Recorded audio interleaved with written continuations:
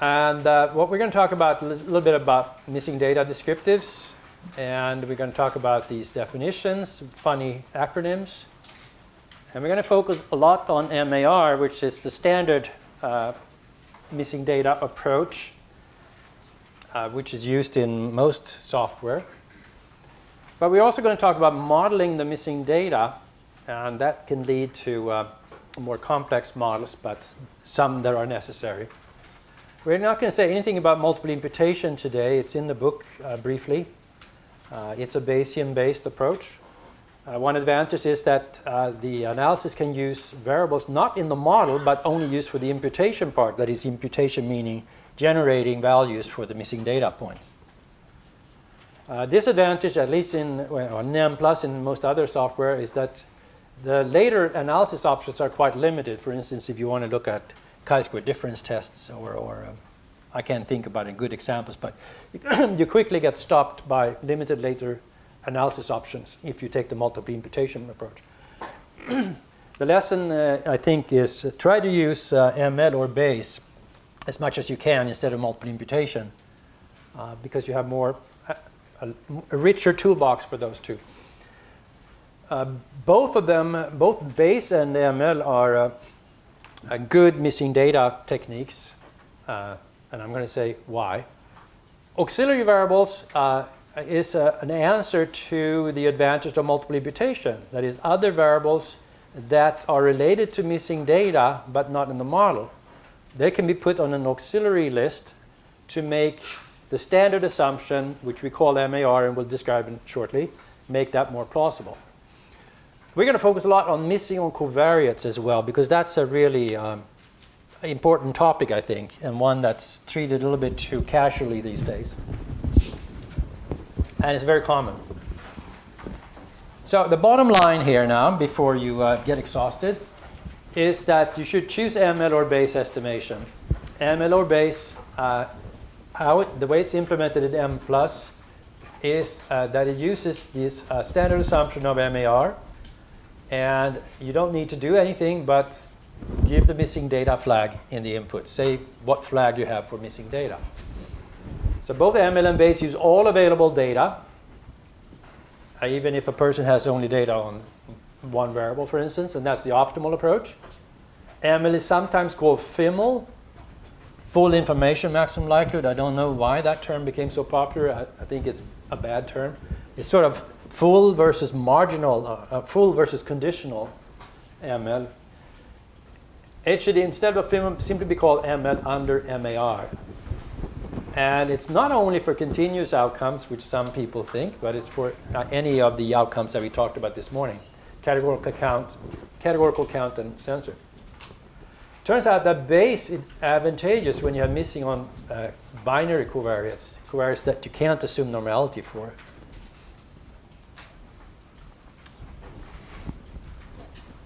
Is that me or you? I think that is you. Okay. Doesn't really matter. So let's take this classic example again from Baltimore, the mediation model for aggressive disruptive behavior in the classroom. So you have school removal, you have aggression in grade 5, randomized treatment control binary variable, and the covariate, the control variable, pre-intervention aggression. In this case, we're going to, for simplicity, just treat the remove variable not as a count, but as a continuous variable. So now the question is, how is the analysis affected if we have missing data on the outcome, on the mediator, and on the control variables? In this case, we have one. And I set up the ball for you to kick off. Thank you. Well, all right, so first we're going to look at some very important information that you get if you ask for the missing data patterns. So this is a very informative piece of the output, so I'm going to talk a bit about it and what you can learn from it. So the first part here is the missing data patterns. And I want you to note here that the X means not missing. So we have 1, 2, 3, 4 different missing data patterns here. So the first pattern is people that has not missing on the treatment, the remove, AG1 and AG5. So they have missing on none of the variables. So they have complete data. So it's not really a missing data pattern, or it's a pattern. They don't have any missingness. The second pattern is individuals that has observed values, so not missing on the treatment, the remove, and the baseline regression, but they have missing on AG5, which was the mediator here, right? And the third pattern is individuals having missing on the baseline regression, but not on the mediator AG5 aggression. And the fourth and the last pattern is people that has observed values on the treatment and on the outcome, but not on the baseline aggression or the mediator aggression 5. So we have 4 different patterns here. So the next kind of question, or the next thing we want to know, is how many individuals belong to these different patterns. It could be only 1 or 2 here, or if everyone is here, or almost everyone is here, it's really bad. So we can look at the frequency, which is the next part. So there we can see how large part of the sample, or not part, how many individuals, the frequency of the individuals in the samples that belong to different patterns. So 250 of this, around, I guess, 450 or something, individuals belong to the first pattern. So they have no missing data, and that's good. I mean, optimally, all of them would be here. And then we have actually 142 in the second pattern. So 142 individuals has missing on the mediator here. But only 21 has missing on the baseline aggression, and 28 has missing on both the aggression and the mediator here. And then, so that's useful information. So now we have an idea of how the allocation to the different patterns look. So now the third and last thing we're going to look at here is the covariance coverage. So this is essentially proportions of the sample that was used for the estimation of the different parameters in the covariance matrix here. So as you can see, no one has missing on the TX or the remove. They're observed for all the 4 groups here. So everyone has observed values for the TX and the remove, which means that the variance of TX and the variance of remove are based on the full sample. And also the covariance between these two, because all of them are observed, so also the covariance is 100% observed. If you compare that to the covariance between aggression 5 and aggression 1, so this value, you see that people have missing on aggression 5 and aggression 1 in either only on aggression 5 and aggression 1 or both. So it ends up being that the covariance between aggression 1 and aggression 5 only uses 56.7% of the total sample. So that's a pretty low, actually, maybe too low. But so we should keep an eye out for that. And what would that affect? Well, if we look at the model diagram, the covariance between AG5 and AG1 is very important for this slope, right? So it might affect the quality of the estimation of that slope. So what parameter is well and not so well estimated here might affect different parts of the models. So it might be worse for us if it's a parameter that we're really interested in, for example. All right, so the types of missingness then. So we have 3 types of missingness that we're going to talk about. The missing completely at random, MCAR or MCR. And we have the MAR, missing at random, and we have finally the non-missing at random, NMAR.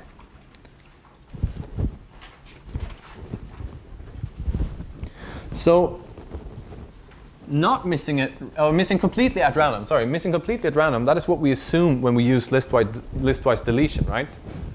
So we assume that the missingness is not a function of any observed or latent variable in the model or outside the model. The missingness is totally random, it's non-systematic. So if it holds, then list-wise deletion is okay, right? In the sense that we will lose sample size, so we will lose power, but it's okay because the subset that we have with complete data is still a random sample from the population. But if there's systematic missing, if there's some kind of mechanism that makes some people have missing values and some not, then the subset that we observed that was not list-wise deleted would not longer be a random sample. So this is usually very doubtful if this holds, and typically it's only achieved if you have it by design, if you created the data somehow to have missing data for some groups. Otherwise, this is very unlikely.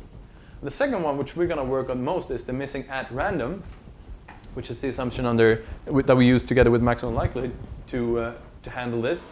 And what we assume then is that missingness is allowed to be a function of observed variables in the model. So we can assume that the missingness is not random, so it's kind of a weird name, but it's allowed to be a function of or dependent on some of the variables that we have in the model, some covariate that we have.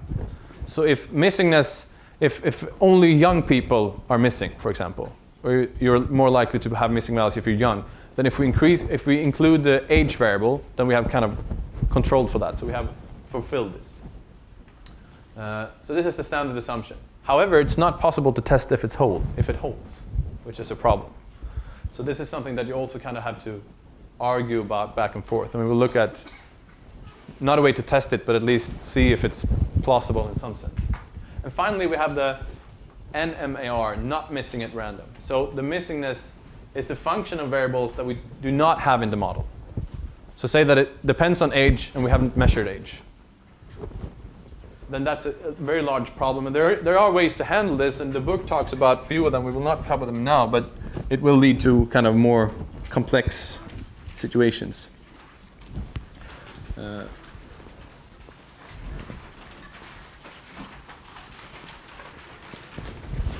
right.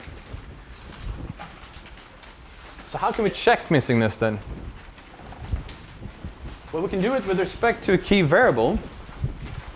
So if we have a key variable, some very important variable to us that is fully observed, so we have, for example, I don't know what that could correspond to. That would be then remove in our case, which is observed by everyone. What we could do is that we could compare the mean or the variance or standard deviation for that variable for the group that we would have if we used list-wise deletion, and compare that to the full sample, right? Because we have observed the value of this variable for everyone, so we can compare the subset that we would get from list-wise deletion with the full sample. And if there's no difference between them, then the missingness might be random, right? There's no difference, at least in the mean of this variable. But if there is a significant difference there, then that suggests right away that we don't have missing completely at random. Because the group that we include if we use the list-wise deletion does not have the same mean of this key variable as the group we would include if we use the full sample. So that's one way to check it. Another way is to look at predictors of missingness on the key variable. So you could do a logit or probit regression for a binary missing data indicator. So you could create a dummy variable coded as missing or not missing, and then you could try to predict the missingness. So you could try to predict if an individual has a missing value or not on some covariates. So you could include then gender or age or whatever I was talking about before, and see if it has a significant effect on whether or not you have a missing value on a specific variable. So that would be for one variable then. So for example, we could take the mediator here and see if we can predict if you will have a missing value or not, or your likelihood of having a missing value or not, based on the covariates that we have. And then we can think about if we need to add control variables in that model that we don't include in the model that we're interested in. We could add a lot of other covariates. Because essentially, if we can find any covariate that has a significant effect on whether or not you have a missing value, then it's not missing at random anymore. It's a systematic missingness. We can predict it. And finally, we can look at the with respect to models. We can compare key parameter and estimates standard errors for different subsets. If we can fit the model fit some kind of model with or without the assumption, we can see how and with the list-wise deletion or under MAR, including stuff, we can compare different parameters and see if they change depending on which method we use, kind of. And that would indicate that at least we don't have missing completely at random. All right, so let's try to predict then the missingness in the mediator, AG5. We're going to do it in two ways. So first we're going to use, let's start by how we create this dummy variable for missingness, right? So what you do when you specify an Mplus, you have a missing value, you say missing equals and then some flag that you used in your data set, like 99 or 9999 or whatever is popular these days. And however, when Mplus reads that in, it will internally use another type of flag for that. So it will be an internal representation of missingness that is not your flag, it's something else. And the way that you can find that or require that is to use the underline missing. So the underline missing, that's the internal representation for missingness in Mplus. So underlying missing, that's the internal representation for a missing value. So what we say here is that we want to create a variable that is called missing. So if ag5, the mediator, is equal to underline missing, so the flag of missingness, then the missing variable that we create should be equal to 1. So the binary variable should be equal to 1. Else, it should be equal to 0. So we have found out here which one has missing on the ag5 variable, and then we give them the value. This is the value of 1. And then in this case, we will use a logistic regression. We don't say what link we use, and the default for maximum likelihood is logistic regression, like Bengt said. So we simply regress then missingness on the treatment, ag1, and also an additional covariate, black, so ethnicity. So that's one way of doing it. But then you could think about maybe adding ag5 as a predictor. So you could use the mediator as a predictor of the missingness on ag5, on the mediator. So that becomes a little bit more complex, and that's for several reasons. So since ag5 now is in this model of the missingness in ag5, it's a predictor. It's a partly latent predictor, right? It's not observed for everyone. That's why we do this to begin with. We have missing data on this one. So what we have to do is we have to bring ag5 into the model, as we say in the Mplus language. We bring it into the model, make it a semi-dependent model, variable in that sense, model its distribution. But then we have to bring all the covariates into the model. And why is that? Well, that's because if we bring only one of them into the model, then the covariance between the one that we brought into the model and the other covariates will be assumed to 0. It will be implicitly fixed at 0. So in this case, if we would bring only ag5 into the model, which is the only one has missing data, then the covariance between ag1tx, ag5tx, ag1, and ag5 black would be implicitly set to 0. And that's an unreasonable assumption, so we don't want to do that. So what we have to do then is bring every covariate into the model. And in this case, having a partially latent predictor and a binary outcome calls for numerical integration. And in this case, we actually have to use the Monte Carlo integration here as opposed to the usual one for this reason. And we use 500 points instead of the default. But I'm not going to talk more about that. So we have two different ways here. And actually, in this case, it turns out that the only significant predictor of missingness was black. So ag5 was not a significant predictor. So that's good, at least. Because if ag5 was a significant predictor of the missingness on ag5, then that would be at least a problem for MAR. It's still not a test. We cannot test if MAR holds, but it would definitely be a strange result. So then we might have to consider non-missing at random models instead. But now the only significant one was black. So that means that we don't have missing completely at random, right? There's systematic missingness due to whether or not you're black. And actually in this case, the reason for this is that black is correlated with socioeconomic status and mobility. So in fact, there was missing for other people because they moved away from the school, whereas the black people had less mobility in this case, so they didn't move away. So we had more missing values for other people because they moved away from this area. So we don't have missing at random in this case. All right, so let's compare some results then. We can analyze these results, and actually this is from the table in the book, but I just want to say that it doesn't correspond to the numbers in the book because now we have the standardized values here. Standardized with respect to y. So these are the standardized results. So why do we only standardize with respect to y here, also x? For those who have used Mplus before, you can use the standardized. So you standardize both with respect to x and y. And this is because we have a binary treatment in this case. So it doesn't really make sense to standardize on that. We want to see for a shift from 1 to 0, not some kind of standardized results, not based on the standard deviation of that. So we only standardize on the outcome. And what do we see here? Well, we see a lot of things. But if we start by looking at the listwise deletion, which we know doesn't hold, or at least the assumption of missing completely at random doesn't hold, so the listwise deletion will give incorrect results. And we can see that if we look at the indirect effect, we can see that we have a significant, pretty large negative effect here. So I have to remind myself what we're looking at here. We're looking at, so this is a treatment effect for being removed from high school. Oh, sorry. So if you get this treatment effect, then the probability of being removed from high school is lower, this says. But we cannot trust this. We know this. We don't have missing completely at random. So looking then at the maximum likelihood, assuming missing at random, where we have included subjects missing on AG5 and AG1 and AG5, we have another point estimate which is a lot smaller here, right? So, but still significant because the confidence interval of the indirect effect does not cover 0 here.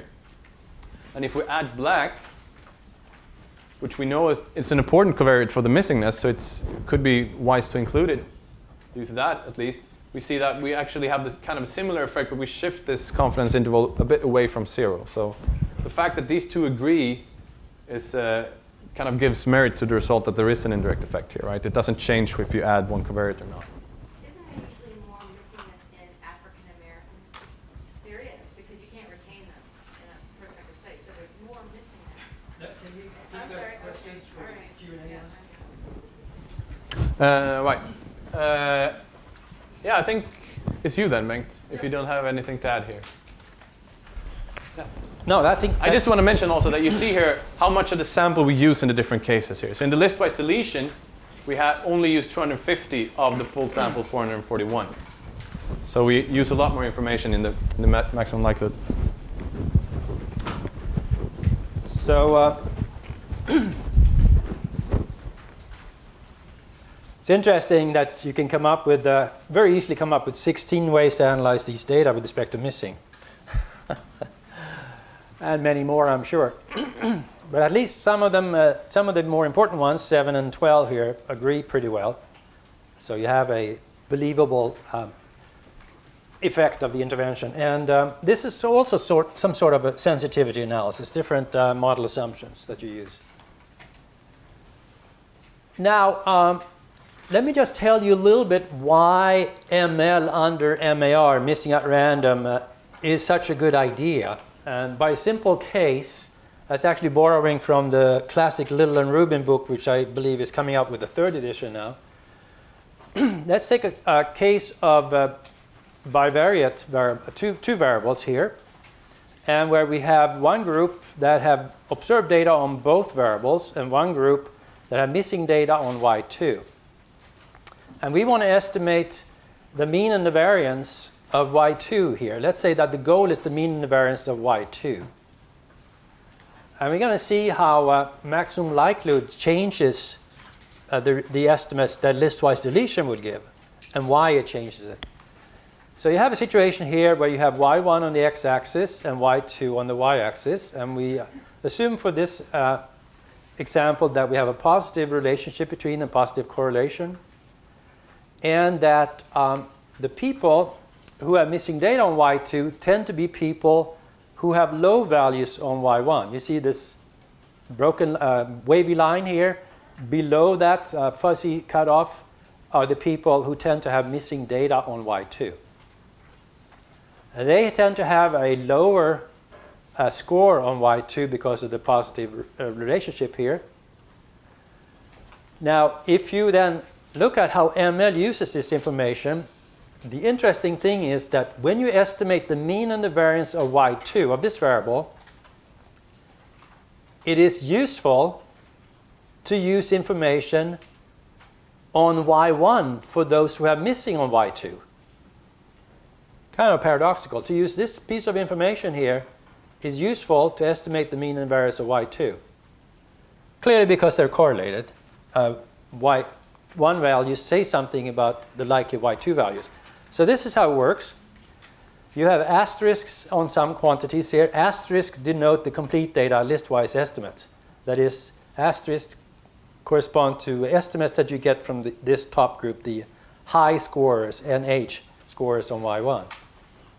So if you want the mean for Y2, this is the listwise present estimate. That is the people who are in this group up here. Their mean on Y2. But you also have a correction factor, the second term. And the same thing for the variance. You have the listwise estimate and the correction factor. The correction factors, they are what ML under MAR does to the estimate. In this case, the correction factor is you have to figure out if it's positive or negative, if it adds to or subtracts from the listwise. So what do you say here? Mean of y1, that is using everybody. Mean of y1 for those who don't have missing on y2, well, they're the people up here.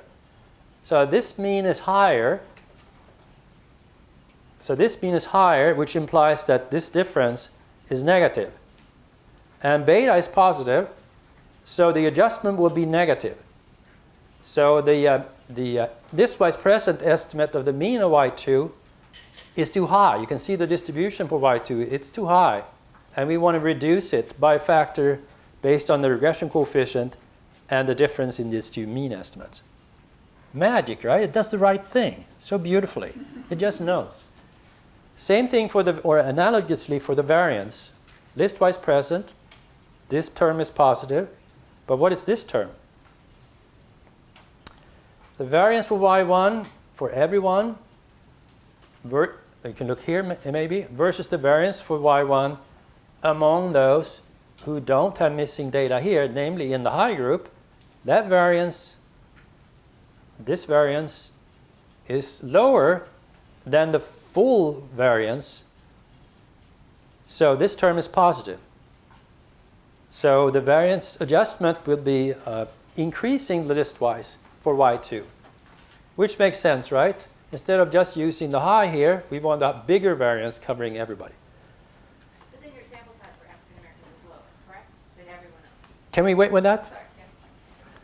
So there's the magic of MAR under ML, and the predictor of missingness here is a y1, for which we have no missing data.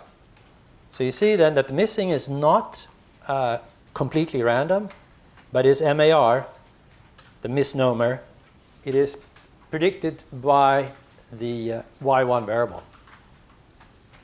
So that's how it works. And you can then, in the book, it goes into more detail about why this beta estimate from the selective subgroup is a good and maximum likelihood kind of estimate. But that's a longer story. Now let's think about this a little bit, MAR and non-MAR situations. So let's say that we have missing on y as a function of the mediator.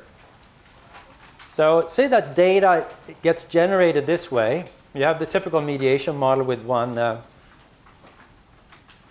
well, this is a control variable. I could say C here if we wanted to be consistent. But in any case, this broken arrow says that M predicts missingness on y. So one could look at that then. What's the data? What are the outcomes here? Well, we have the outcome M, we have the outcome y. But what is also data is whether or not this missing on y. That's another piece of data. So we have a binary variable here indicating whether or not we have missing on y. That's extra data.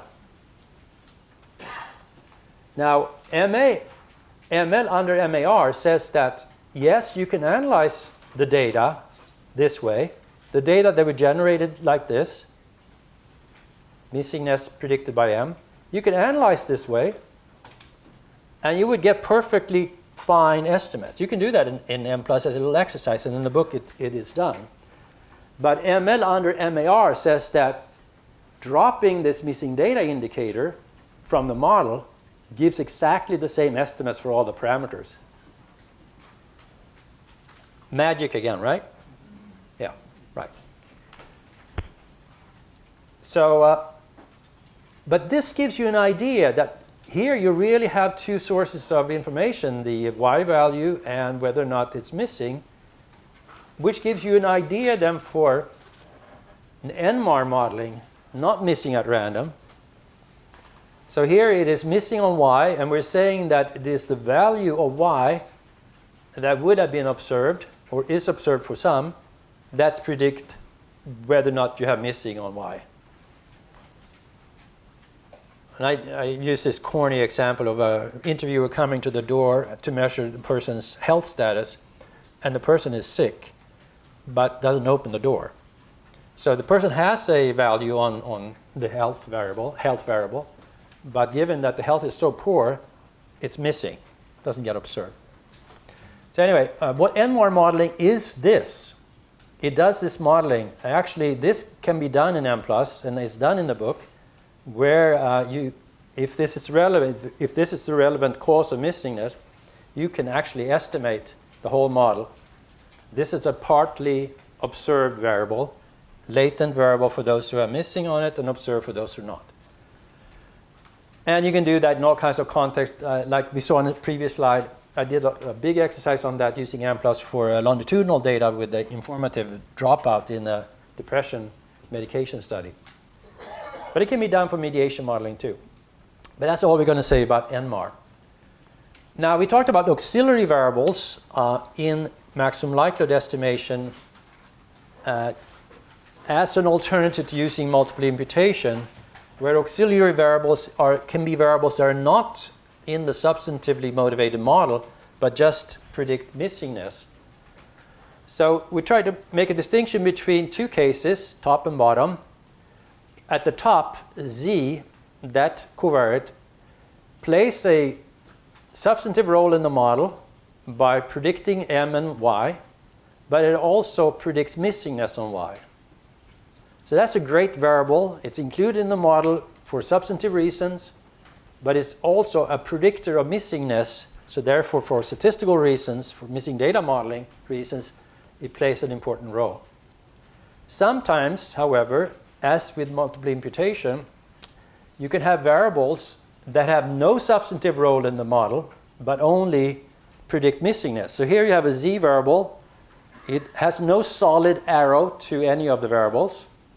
It only has a broken arrow saying that Z influences missingness on Y. So it is a missing data correlate, but it doesn't play a substantive role. Now that case can be handled then in the maximum likelihood context by specifying Z as being on the auxiliary list with the option setting M for missing. And what Mplus does then behind the scenes, quite laboriously, is to correlate Z with all the observed variables in the model. And that's the way to do it. And that's all I'm going to say about that. And also proper adjustment for chi-square is done thanks to Tiermer's programming there. Do you remember that, Tiermer? Fond memories or? All right. So here is an important slide, folks. We're coming down to the end here. Now we talk about Exes, bringing Exes into the model by mentioning them. What does it mean and when does it make a difference? So now we have three missing data patterns, the no missing, missing on X, missing on Y. And we're going to be ultimately interested in a regression of Y on X. But if you look at the bivariate information here, log likelihood is the sum of the individuals, independence, so it's a log of the joint distribution. This is the joint distribution of Y and X for individual I. It consists of three parts. In this case, the first part, using only the N1 observations here, that can estimate beta, regression of Y on X. Now, very often people have missing on Y but observed on X. And they get very upset when Mplus deletes those subjects, because then the sample size looks only like N1 instead of N1 plus N2. So they don't like that. So they want to bring X into the model. And therefore, they mention something about X in the model, and it becomes essentially a part of the model. And you get a term like this, the distribution for X itself. In this case, then, you add X information you have both for N1 and N2 here in the sample. Now, even though you bring in X's here, and the total sample size in the output will say N1 plus N2, this addition that comes from using those people does nothing for the estimate of the slope that you got from the first term. If you bring that in, bring those people in by mentioning X parameters, you get the same slope estimates, same standard error estimates. It's just cosmetics. Cosmetics in the sense your sample size looks more impressive, but it's really, you're fooling the reviewer a little bit. What does help the slope is if you have this case, observe y missing x and bring x into the model. Because then you get that extra piece of information, which is the distribution of y. And y contains parameters, the mean of y and the variance of y is a function of the slope, right? Mean is beta times the mean of x.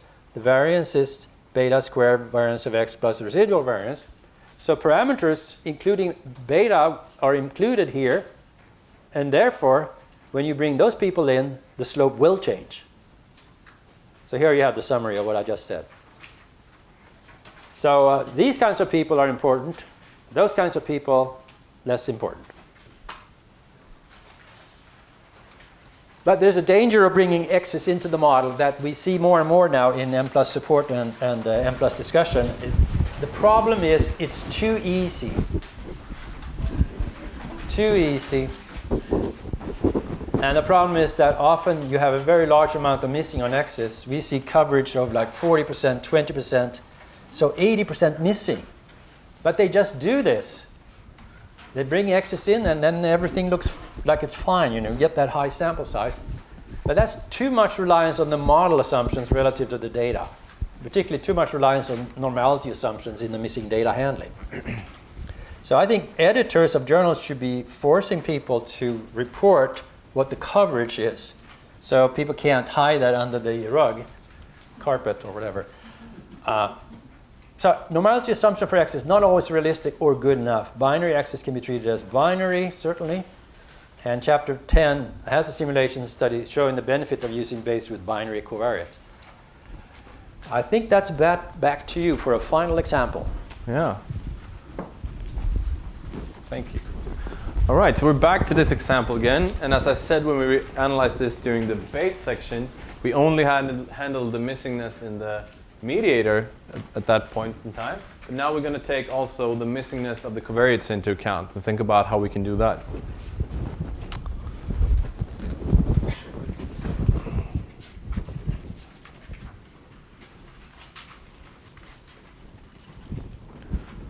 Well, like we saw before when we looked at the coverage for some of these variables, some of them had maybe too low. And maybe we didn't look at this. Maybe I just looked at it myself. Some of these might have too low coverage, actually, for this to really make sense. So again, you have to separate these examples from what's good practice, of course. This is just showing how you can handle this.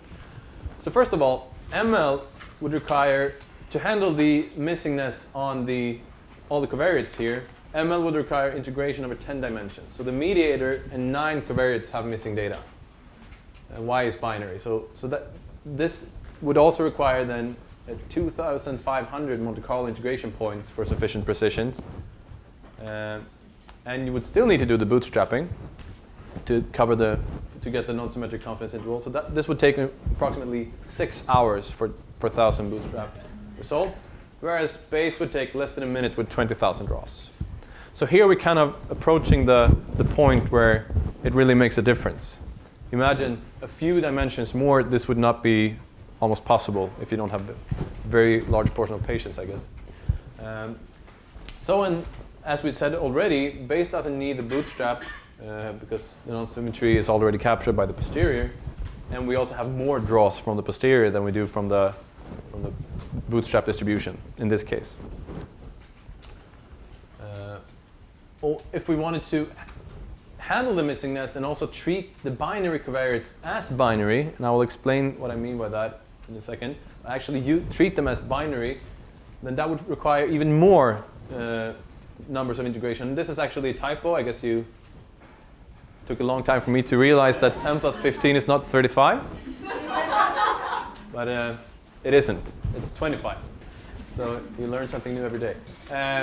So in this case, you would have these 15 extra dimensions because you have 6 binary covariates, and you need to have a factor to represent the covariance of each of these pairs. So you would have to have a lot of dimensions here.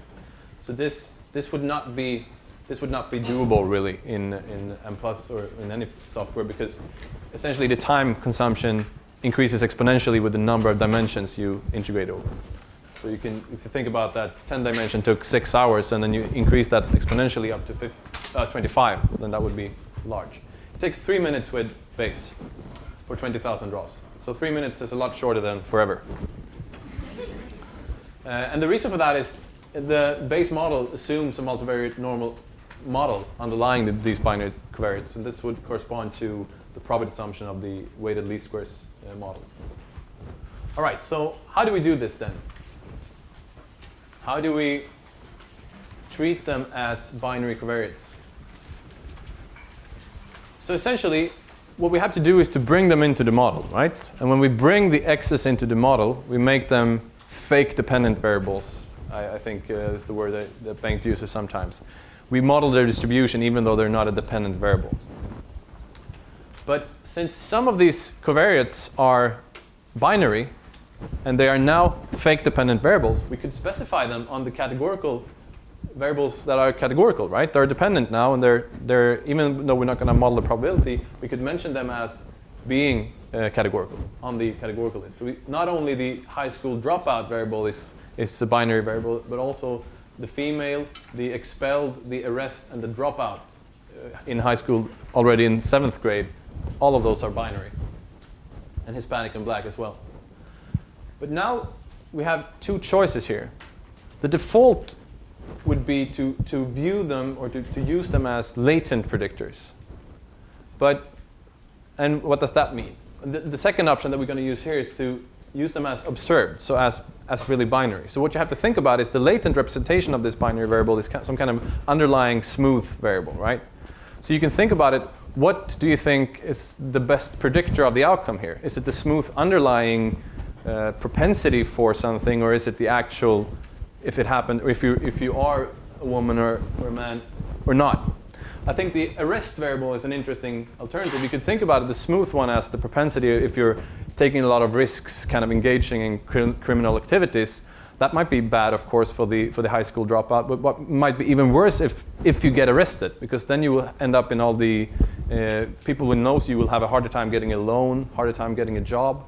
So the actual happening that you've been arrested might be a better predictor for if you're going to drop out of high school, or than the smooth underlying distribution. So in this case, I think for all of these variables, for all the binary covariate, it makes sense to view them as observed, actually. So we do that by saying predictor equals observed in this case. So then the only thing that we have to do now is to mention them in the model, and we've done that in a special way here by mentioning the covariance. And there's a reason for this, because we have these binary variables now. Usually we might want to mention their variance, or that's something that people tend to do. And in a lot of the examples we mention their variance, but they don't really have a variance parameter, right? Because they're binary variables. So we could mention the mean instead.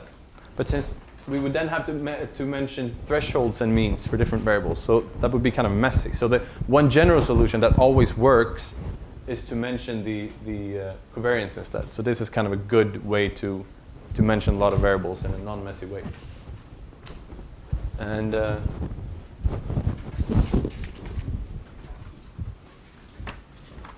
don't think I have anything more to say, which kind of brings us to the end, I guess. Yeah, and I think this is a good closing example, because it brings together having a binary dependent variable in the regression, combining that with mediation analysis, combining that with Bayesian analysis, and combining with missing data. So it has everything in it. So that's where we end for today, at least.